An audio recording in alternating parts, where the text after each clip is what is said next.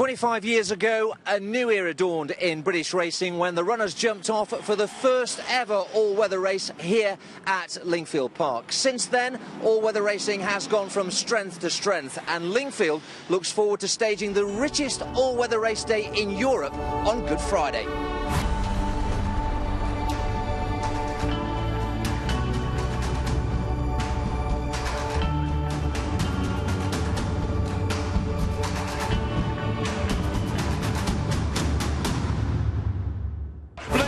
Sets his prey. Nair, however, sticking his head out. Nair, all out, will land the Churchill. And God is powering away, and it's Adam Kirby's century. It's going to be a game victory for Matt Estrella, win number 24 on the sand. Tranquil Tiger, idling in front, but doing enough. Tranquil Tiger won the Winter Derby. Richard, it's taken time for the all-weather to become accepted and become more fashionable, but I think the inception of the all-weather championships has certainly helped that. Yeah, I feel it's well accepted. It's very helpful for trainers at the back end trying to get a run into a 2-year-old. A lot of them that are 3-year-olds for next year aren't able to cope with a mile on soft ground, so it's actually a nice introduction for them. There's been a lot of investment here at Lingfield with a new polytrack surface and, of course, the new Tapeta at Wolverhampton. They are top-class racing surfaces. Yeah, they're riding out of this world. I was in Wolverhampton last night. It's riding really good. They've quickened it up a bit. But either way, even if it's slow, I think it's still riding good. And here is absolutely fabulous. Martin, all-weather racing has really developed in recent times. Yeah, definitely. It's got bigger and bigger, and the surfaces have got better and better, and you get seeing a higher class of horse running around the all-weather tracks now. And that's got to be a good thing, hasn't it, for punters, because they've got better races to sink their teeth into. Yeah, I guess so. You know, people like to come and watch nice horses race, and especially with the new all-weather championship. I mean, my best horse this year, Stepper Point, started here in February and won here, and then went on to compete in Group 1 races. And the maidens, I mean, you see £1 million horse running in maidens here, especially when the weather's really bad and the ground's very heavy, so trainers don't like to start horses first time on heavy ground. So these tracks are great for that type of thing now. And the excellent surfaces here at Lingfield and, of course, the new surface at Wolverhampton really do promote fair racing. Yeah, I think so. Normally the best horse wins. It's very, very lucky to get a hard luck story. I suppose Lingfield can be a bit tricky, but when the tracks are riding well, you know, you get plenty of pace and horses can win from anywhere. Wolverhampton's took a little while to settle in, but it's riding really well now. Well, James, you've really grown up with all-weather racing. Your mum Jackie trained one of the first ever Winter Derby winners at Zanne, long time ago. Yeah, no, that's going back a few years. Yeah, 2001, I think it was.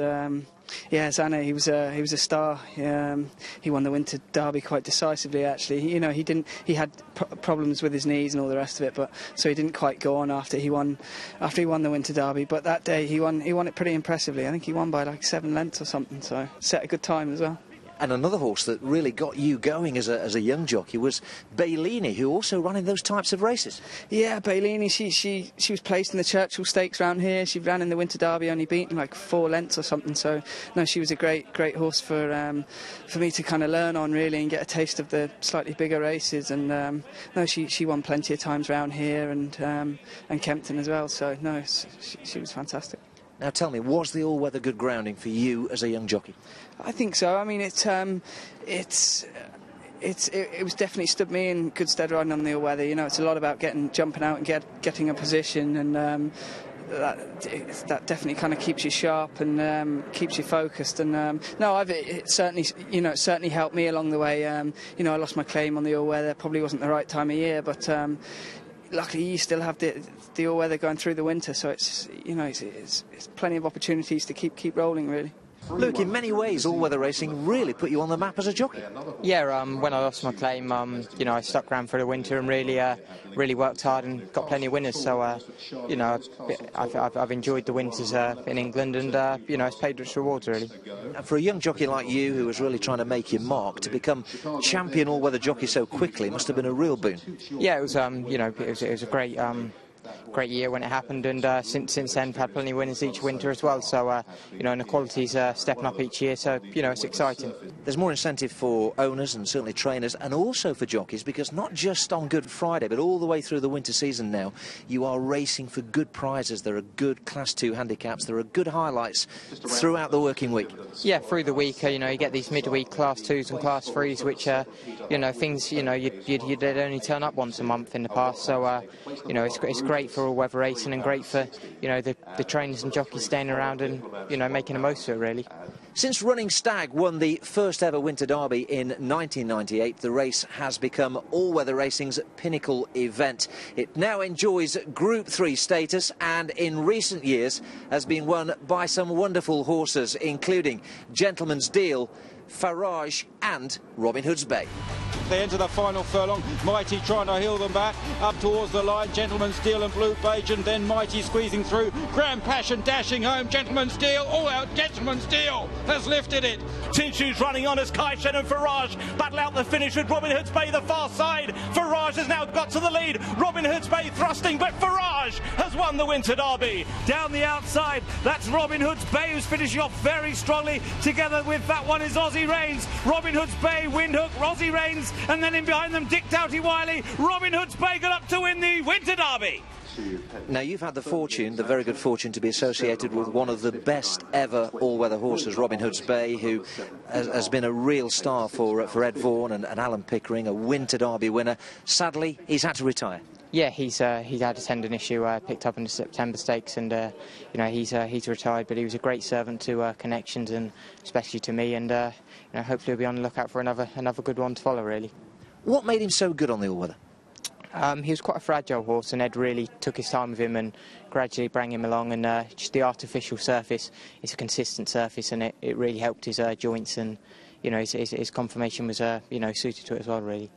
In 2013, Arena Racing Company took all-weather racing to a new level with the first ever running of the All-Weather Championships, which culminated in a £1 million race day here at Lingfield Park. It was the richest all-weather fixture anywhere in Europe.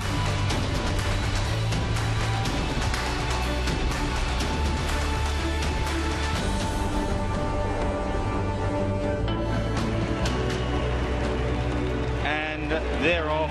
Erdeshel is just going to do enough and wins. Captain Cat and James Doyle coming from way back to win the mile in tremendous style. Here's Robin Hood's Bay flashing at them, but Grandeur on the near side of Dick Doughty Wiley, and Grandeur wins the Coral Easter Classic. Now, you're in the big league now, which is great, and I think so is all-weather racing as well, with the all-weather championships, the additional prize money, the big day on Good Friday. It's all positive stuff. Oh, definitely, yeah. I mean, I flew back from Dubai for the Good Friday fixture here, and I was lucky enough to win one of the mile race for Roger Charlton in Captain Cat. So no, it was a great day to be a part of, and obviously the prize money was fantastic, and it's definitely going in the right direction. And I think the Good Friday concept, well, the public response took everybody by surprise. This place was packed to the rafters. Yeah, exactly. No, it was very busy. Yeah, I've never seen the place so full. So, yeah, it's definitely going in the right way. And if it continues, yeah, I mean, onwards and upwards. And I think all-weather racing got stuck in a rut a little bit with the low grade. The low-grade fixtures, but I think the better we can make the race, and then it must be can only be a plus. The All-Weather Championships was really the pinnacle, really, where they've put some real proper prize money into it, and it was great to see some real good horses like Grandeur, Robin Hood's Bay turn up, and hopefully that can continue. Years going on, and the investment showing the tracks, they're great tracks, and the surfaces are top class. China Castle records his 15th course success and does it in style. China Castle. Q Green down the outside of him, battle royal into the final 50 yards. Q Green's just got his nose in front. Q Green Bulldor. Yarab just about hanging on. Yarab from Bahara. Yarab made it. Yarab! Simon, as a racecourse commentator and a regular here at Lingfield, you've seen all-weather racing develop considerably over the years. Yes, I mean, I can remember when Lingfield first opened the all-weather track here. That's how old I am. And I've been commentating here for many years now. And I've seen the quality improve steadily, I think. But I think it might be set to take a bigger jump forward with these all-weather championships, which last year I thought were very promising. They were announced quite late. This year everybody knows about it, and I think we could be seeing some better horses running on the all-weather. The standard in some of the maidens, particularly at Kempton and Lingfield, there's usually a nicely bred horse in it, and trainers do quite like the all-weather as a venue to introduce a potentially nice colt or a well-bred filly. Graham, as a journalist, a regular visitor here to Lingfield, you've seen some very nice horses grace the track. I have, and I think the last 2 or 3 years they've got better again.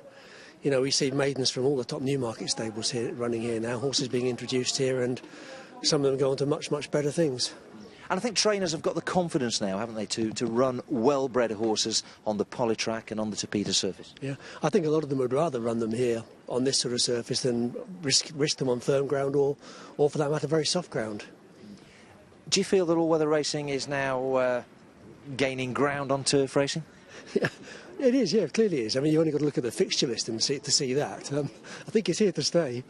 When it first started, it was slightly frowned upon by some, in that it was sort of, the lower class racing, that kind of thing. But it's gone from strength to strength, and now you get really good quality horses running on the all-weather for really good prize money, as we saw particularly last year at Good Friday. But going back a bit, I think one of the significant times really was, or turning points, was when Polytrack came in 2001, and it was such a great surface that we then saw really good horses coming in and winning their maidens here, and then going on and winning Group 1s or Group listed races elsewhere. Well, Fergus, you're part of the very fabric of all-weather racing. You were involved with the old Equitrack surface at Lingfield back in the day. You've also worked at Southwell on the fibre sand as well, and seen so many changes here at Wolverhampton. I'm not quite sure whether, listening to what you just said, I'm not quite sure where the time has gone, actually. But yes, I was down at Lingfield from 1993, involved with the Equitrack there, and obviously I moved up to the Midland Circuit in 2001 with Southwell, Wolverhampton and Worcester. Of course, we were all racing on fibre sand in those days, and moved to Polytrack in 2004, and obviously this year moved on to Tapeta. So a lot of change. A lot of change. We've seen Lingfield develop to become a high-class track now, and Southwell with its fibre sand, well, that's pretty much the same as it was from day one, but there's a real need for it. Trainers like to send horses there. Very much still do. All the while there is a need, I believe it'll probably still remain there. But, we must remember that over the last 25 years, the all-weather racing in this country basically started from absolutely nothing. It was very much in its infancy, and it's still a young science. There's an awful lot still to learn about it, but in terms of the surfaces, undoubtedly they are improving as time goes on, and as a result of that we're seeing more competitive racing as well, which has got to be good for the sport. Well, racing began here, as you say, on fibre sand in 1993. That was replaced by Polytrack in the early part of the new millennium. And now, of course, we've got this wonderful Tapeta surface, which is getting all the plaudits. Well, aside of the fact it's a unique layout for any track in this country, with it just being sort of the mile oval, which is fairly reflective of all the American circuits, a leading jockey, who'll go nameless, did say to me when we opened in 2004 with the realigned track that he believed it was one of the best facilities in the